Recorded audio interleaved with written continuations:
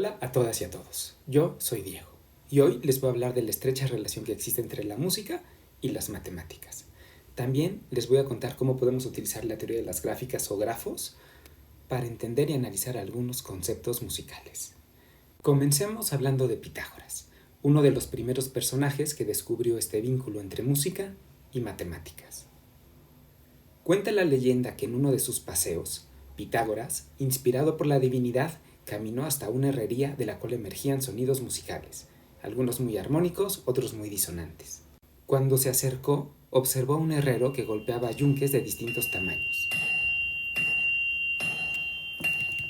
Cada uno de estos yunques, al ser golpeado, emitía notas claramente diferentes. Intrigado, Pitágoras empezó a explorar los sonidos y los objetos que los producían. Después de golpear, soplar, rasgar y pulsar diferentes objetos, descubrió que existe una relación de números enteros entre las frecuencias de todos los sonidos. Veamos cuáles son las relaciones que Pitágoras encontró.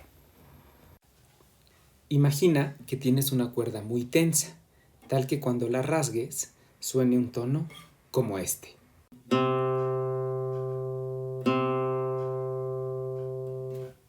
Que es un do. Ahora divide la cuerda en dos y vuelve a tocar. Entonces sonará este tono.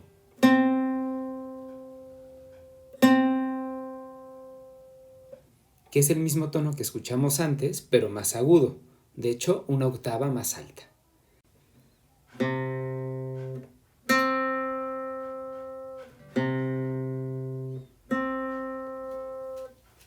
Pitágoras descubrió que la octava tenía una proporción de 2 a 1. Ahora, en lugar de partir la cuerda por la mitad, vamos a considerar 2/3 partes de la cuerda, como se ve aquí. Si tocamos ahora esta cuerda, se escuchará este tono.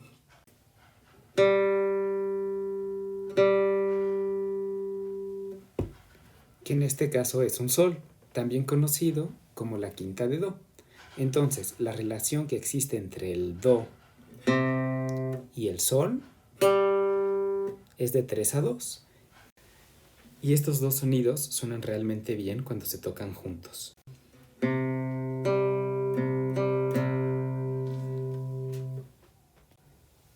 Si volvemos a considerar nuestra cuerda original y ahora consideramos 3/4 partes de la cuerda, es decir, una razón de 4 a 3, sonará esto.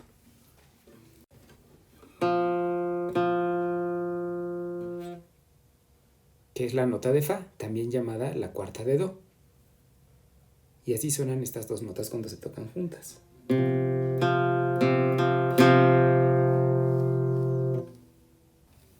A partir de esta relación armónica surge nuestra escala actual.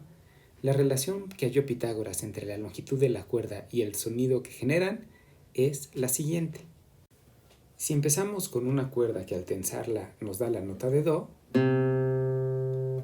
si esta misma cuerda la consideramos en una razón de 10 a 9, nos da la nota de re.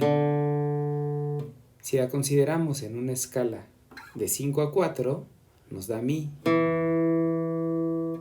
En una escala de 4 a 3, como acabamos de ver, nos da la nota de fa.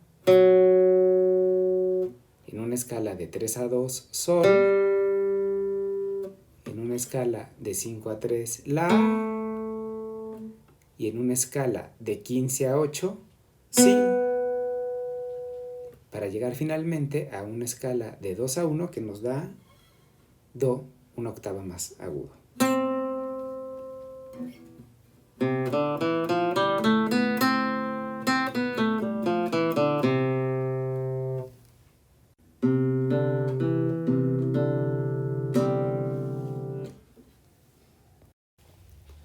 Pitágoras descubrió que las mismas normas aparecen en los tonos de las campanas y la relación con su tamaño. Cuando yo era niño, recuerdo haber visto en televisión el botellófono, una especie de xilófono formado por botellas o vasos de vidrio. Quizá ustedes pueden intentar hacer este instrumento llenando vasos con agua, medida de acuerdo a las reglas que Pitágoras halló.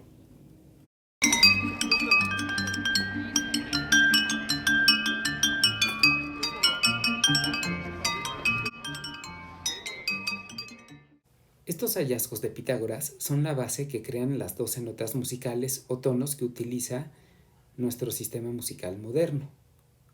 Cada nota representa una frecuencia y el nombre de la nota se repite cuando la frecuencia es doblada. A esta nueva frecuencia se le conoce como una octava. Para poder seguir adelante es necesario ver algo de notación. En nuestro sistema actual de música, una octava se divide en dos intervalos de igual longitud. De ahí se obtienen las 12 notas musicales: do, do sostenido, re, re sostenido, mi, fa, fa sostenido, sol, sol sostenido, la sostenido, si. A la distancia entre dos notas consecutivas o intervalos las llamamos semitonos. Por ejemplo, la distancia entre re y fa es de 3 semitonos. Es muy útil interpretar a estas 12 notas como los enteros módulo 12, es decir, el conjunto de números que van del 0 al 11 junto con la suma modular. Con esta notación, la escala mayor de do, que es do, re, mi, fa, sol, la, si, do, sería el conjunto de los enteros 0, 2, 4, 5, 7, 9 y 11. Esta notación es muy útil para transponer acordes o melodías, es decir, para cambiar de tono un acorde o una melodía. Veamos cómo se hace. Por ejemplo, si tenemos la melodía do, re, mi, sol, la,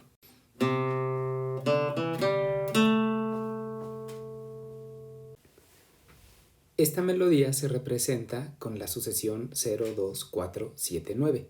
Si queremos transponer la melodía a 4 semitonos, es decir, tocar la 2 semitonos más alta, solo tenemos que sumar 4 a cada elemento de la sucesión, obteniendo así la melodía 4, 6, 8, 11, 1.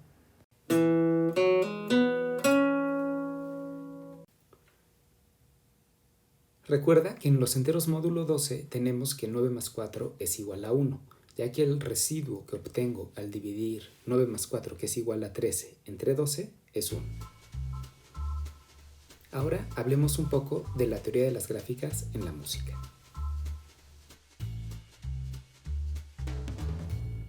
Una gráfica es una estructura que está formada por un conjunto de vértices y relaciones entre ellos. A estas relaciones las solemos representar con una arista o con una flecha, dependiendo de la naturaleza de la relación. El primer artículo relacionado con la definición de gráfica fue escrito por Leonhard Euler y publicado en 1736. En este artículo se resuelve el famoso problema de los puentes de Königsberg. Las gráficas y sus aplicaciones a la música surgieron prácticamente al mismo tiempo. Es probable que una de las primeras gráficas dibujadas representara objetos de naturaleza musical.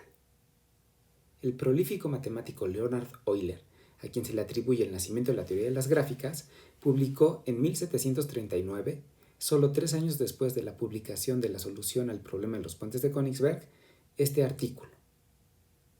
En este artículo, el cual es un estudio matemático de armonía de la época, aparece dibujada la siguiente gráfica. Las letras que aparecen en el dibujo son los nombres de las notas musicales que se utilizaban en ese momento en Alemania. Lo que Euler hizo en esta red fue asociarle a la escala cromática, que son todas estas notas, una gráfica en la cual las adyacencias dependen de la distancia en semitonos entre las notas. Y a este tipo de gráficas hoy en día se les conocen como redes de tonos o tonets, que es la palabra en alemán para referirse a red de tonos. Veamos lo que hizo Euler en su ejemplo. Euler puso un vértice por cada una de las notas de la escala cromática y puso una arista entre dos vértices si ellos estaban a una distancia de 7 semitonos o de 4 semitonos. Los que saben de música dirían que las notas están a una quinta perfecta o una tercera mayor, y Pitágoras diría que la proporción de las notas es de 3 a 2 para referirse a la quinta y de 5 a 4 para referirse a la tercera mayor. Hasta aquí es la red de tonos que definió Euler en 1739. Ahora nosotros vamos a definir una red de tonos muy parecida a la de Euler, pero vamos a pedir una condición más. Vamos a agregar una arista entre dos vértices si las notas correspondientes a esos vértices están a una distancia de 3 semitonos. Si agregamos estas aristas y acomodamos convenientemente los vértices, podemos ver que esta gráfica es una triangulación, donde estos vértices que tengo marcados son el mismo vértice en realidad, al igual que estos otros. Entonces, si identificamos estos vértices, lo que tenemos en realidad es una triangulación del toro.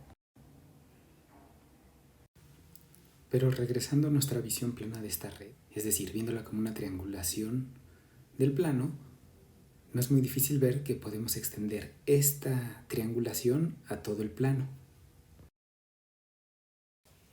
Ahora, utilizando nuestra notación matemática, esta gráfica tendría los vértices etiquetados con los siguientes números.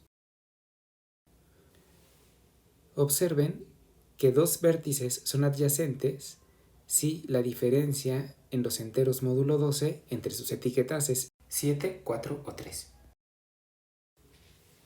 Aquí, por ejemplo, este 0 es adyacente a este 5, a este 4 y a este 3. Está padre ver que las adyacencias me determinan una cierta sonoridad o están dadas por una cierta sonoridad. Por ejemplo, esta adyacencia suena así. Esta suena así. Y esta suena así.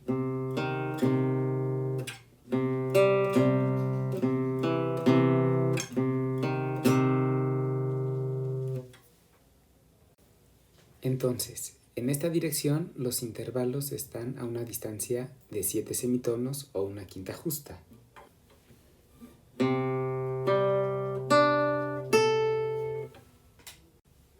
En esta otra dirección están a una distancia de 4 semitonos.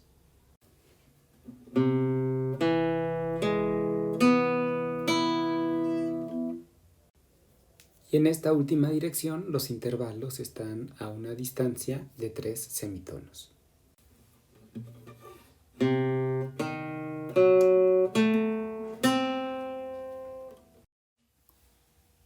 Veamos qué utilidades puede tener esta red.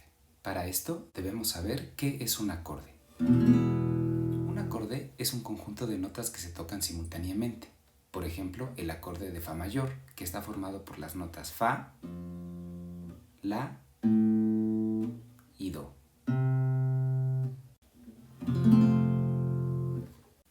Si nos vamos a la red de tono y buscamos los vértices correspondientes a estas tres notas, obtenemos el siguiente triángulo.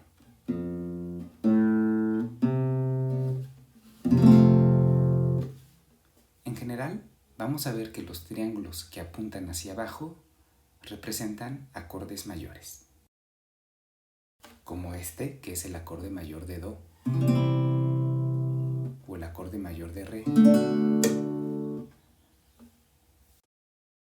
Si ahora nos fijamos en los acordes que generan los triángulos que apuntan hacia arriba, por ejemplo, este triángulo que está formado por el 0, 3 y 7, tenemos el siguiente sonido, que es un acorde menor. Todos los triángulos que apuntan hacia arriba nos van a dar acordes menores, como este que es el acorde menor de Mi.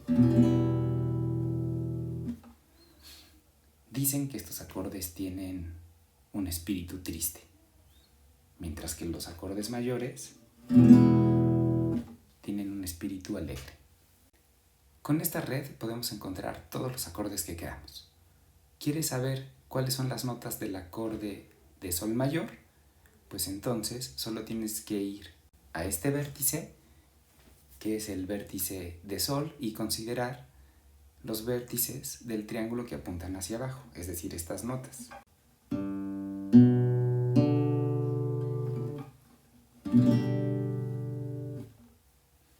Si ahora quieres saber cuál es el acorde de La menor, te colocas en este vértice, que es la nota de La, y consideras el triángulo que apunta hacia arriba.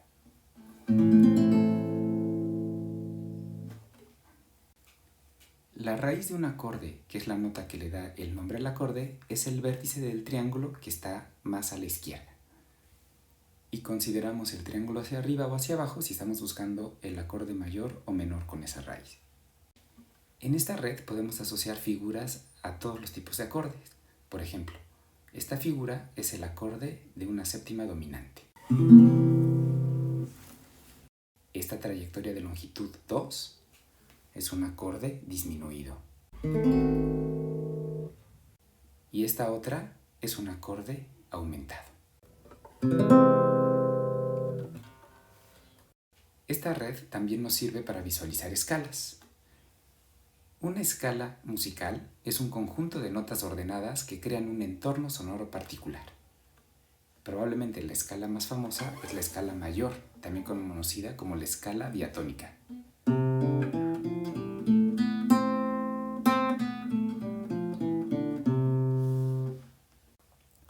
También podemos pensar en algunas de las simetrías de la red. Por ejemplo, ¿qué le sucede a un acorde si lo reflejamos sobre esta diagonal?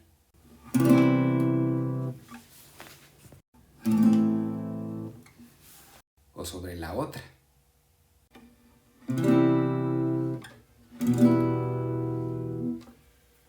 En algunas áreas de la teoría musical, como la no riemanniana, estas transformaciones tienen nombre, se conocen como las transformaciones P, R y L, o transformaciones triádicas.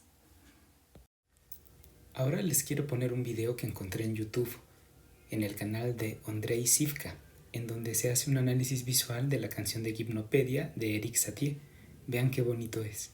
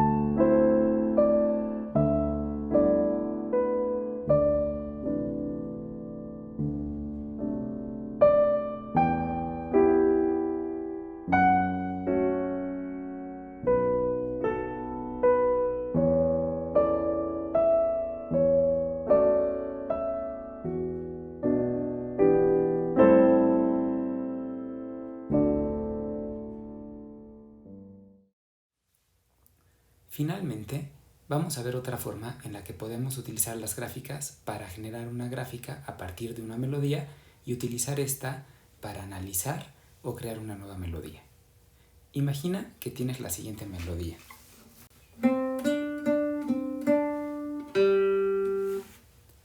Vamos a asociarle a esta melodía una gráfica dirigida o digráfica, que es una gráfica con flechas en lugar de aristas. En este caso vamos a considerar a las notas como su tono junto con su duración. Por ejemplo, estas dos notas son distintas porque aunque ambas son re, las dos tienen una duración distinta. También vamos a considerar a los silencios y su duración como vértices de la gráfica. Entonces, los vértices son las notas. Vamos a determinar las adyacencias. Si en la melodía se toca la nota X justo antes de la nota Y, entonces en la digráfica habrá una flecha del vértice X al vértice Y. Así, esta melodía la vamos a representar con la siguiente digráfica.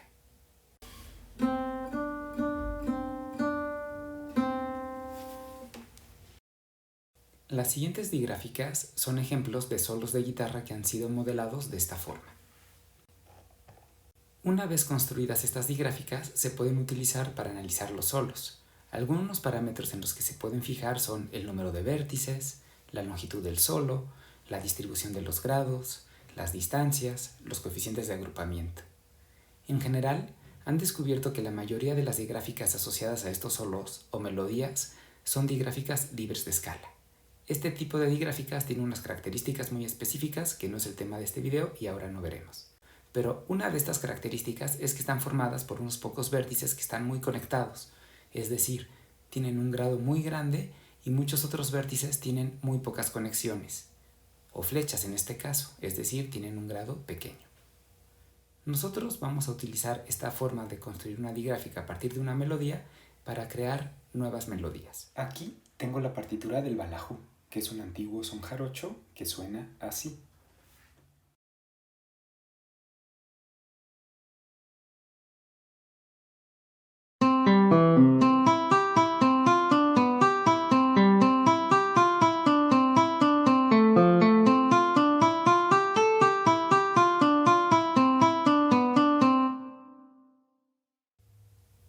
Ahora construimos la digráfica del balajú.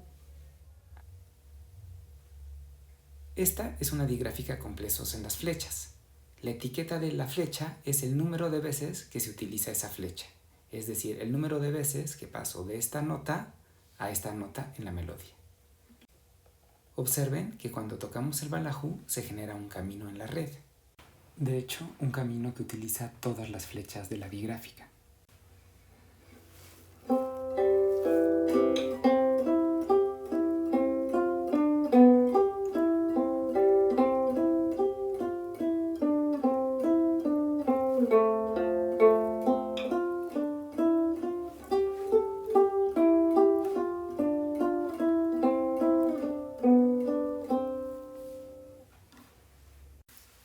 Nuestro objetivo es crear una nueva melodía utilizando la digráfica asociada al balajú. Para esto vamos a construir un camino aleatorio que considere los pesos de las aristas.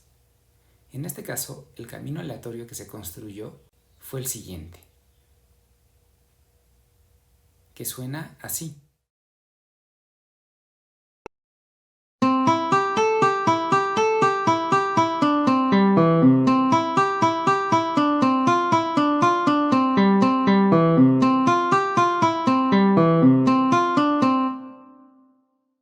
Ahora, como un jueguito, puse las dos melodías juntas, la obtenida de forma aleatoria utilizando la digráfica y la del balajú, y ambas suenan así.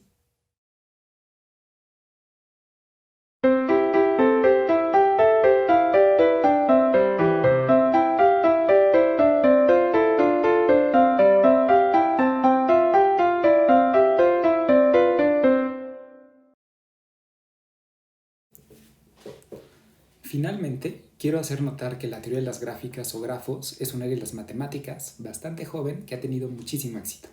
Esto quizá por la belleza de los métodos que utiliza o la enorme cantidad de aplicaciones que ésta tiene, como las que acabamos de ver. Y recuerden que si escuchan a alguien hablando de la belleza de la música y de cuánto les gusta, en realidad lo que está diciendo es, oh, cuánto me gustan las matemáticas, amo la teoría de las gráficas. Muchas gracias a todas y a todos por su atención. Nos vemos la próxima.